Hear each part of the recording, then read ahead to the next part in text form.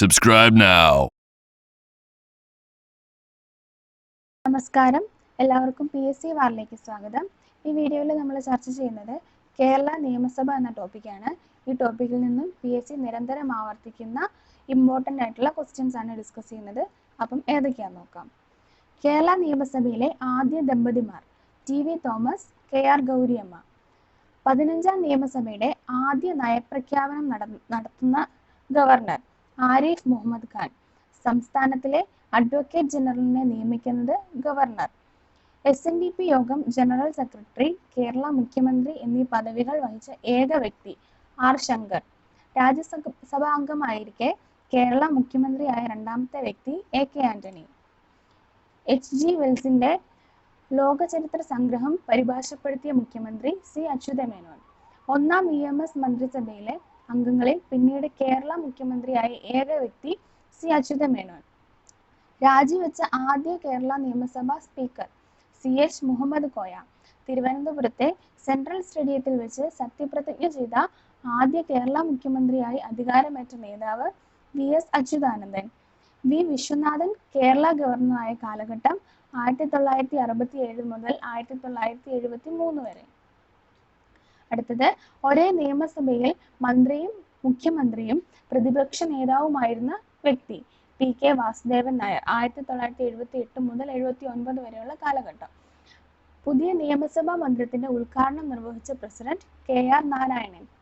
മികച്ച പൊതുപ്രവർത്തനത്തിനുള്ള ജനസമ്പർക്ക പരിപാടിക്ക് ഐക്യരാഷ്ട്ര സംഘടനയുടെ പുരസ്കാരം ലഭിച്ച കേരള മുഖ്യമന്ത്രി ഉമ്മൻചാണ്ടി. കേരള മുഖ്യമന്ത്രിമാരിൽ ആദ്യമായി കാലാവധി പൂർത്തിയാക്കിയ വ്യക്തി C. അച്യുതമേനോൻ. കേരളത്തിലെ മൂന്നാമത്തെ വനിതാ ഗവർണർ ഷീല ദീക്ഷിത്. 2014. അടുത്തത്, കേരളത്തിൽ കാലാവധി പൂർത്തിയാക്കിയ ആദ്യത്തെ മാർക്സിസ്റ്റ് മുഖ്യമന്ത്രി EK നയനാർ. സംസ്ഥാന മന്ത്രി, സ്പീക്കർ, ലഫ്റ്റനന്റ് ഗവർണർ എന്നീ പദവികൾ അലങ്കരിച്ച വ്യക്തി വക്കം പുരുഷോത്തമൻ. ആദ്യ നിയമസഭയിലെ അംഗങ്ങൾ എത്ര? 127. 126 പ്ലസ് അതിലൊന്ന് ആംഗ്ലോ ഇന്ത്യൻ പ്രതിനിധിയായിരുന്നു. അവിശ്വാസ പ്രമേയത്തെ തുടർന്ന് രാജിവെച്ച ഏക കേരള മുഖ്യമന്ത്രി R. ശങ്കർ. ഒന്നാം മന്ത്രിസഭയിലെ പ്രായം കൂടിയ വ്യക്തി ഡോക്ടർ AR മേനോൻ. R. ശങ്കറിനെതിരെ അവിശ്വാസ പ്രമേയം അവതരിപ്പിച്ചത് ആര്? PK കുഞ്ഞ്.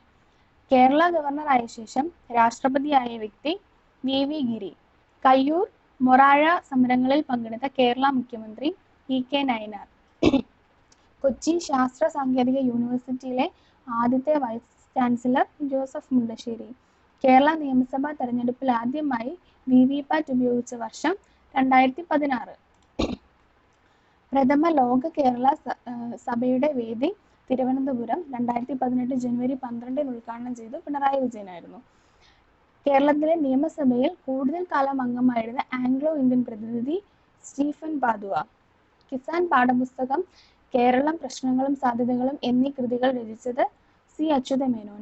കേരള സംസ്ഥാന ചരിത്രത്തിലെ ഏറ്റവും അംഗബലം, അതായത് 6 പേര് കുറഞ്ഞ മന്ത്രിസഭയുടെ തലവൻ CH മുഹമ്മദ് കോയ. കേരളത്തിൽ ത്രിതല പഞ്ചായത്ത് രാജ് സംവിധാനം നിലവിൽ വന്നത് ഏത് മുഖ്യമന്ത്രിയുടെ കാലത്ത്? AK ആന്റണി. അപ്പോൾ ഇതോടുകൂടി വീഡിയോ അവസാനിച്ചു. വീഡിയോ എല്ലാവർക്കും ഉപകാരപ്രദമായെങ്കിൽ മറ്റുള്ള സുഹൃത്തുക്കളിലേക്ക് കൂടി എത്തിക്കാൻ ശ്രമിക്കുക. അപ്പോൾ ഇനി പുതിയൊരു ടോപ്പിക്കുമായി കാണാം. Thank you.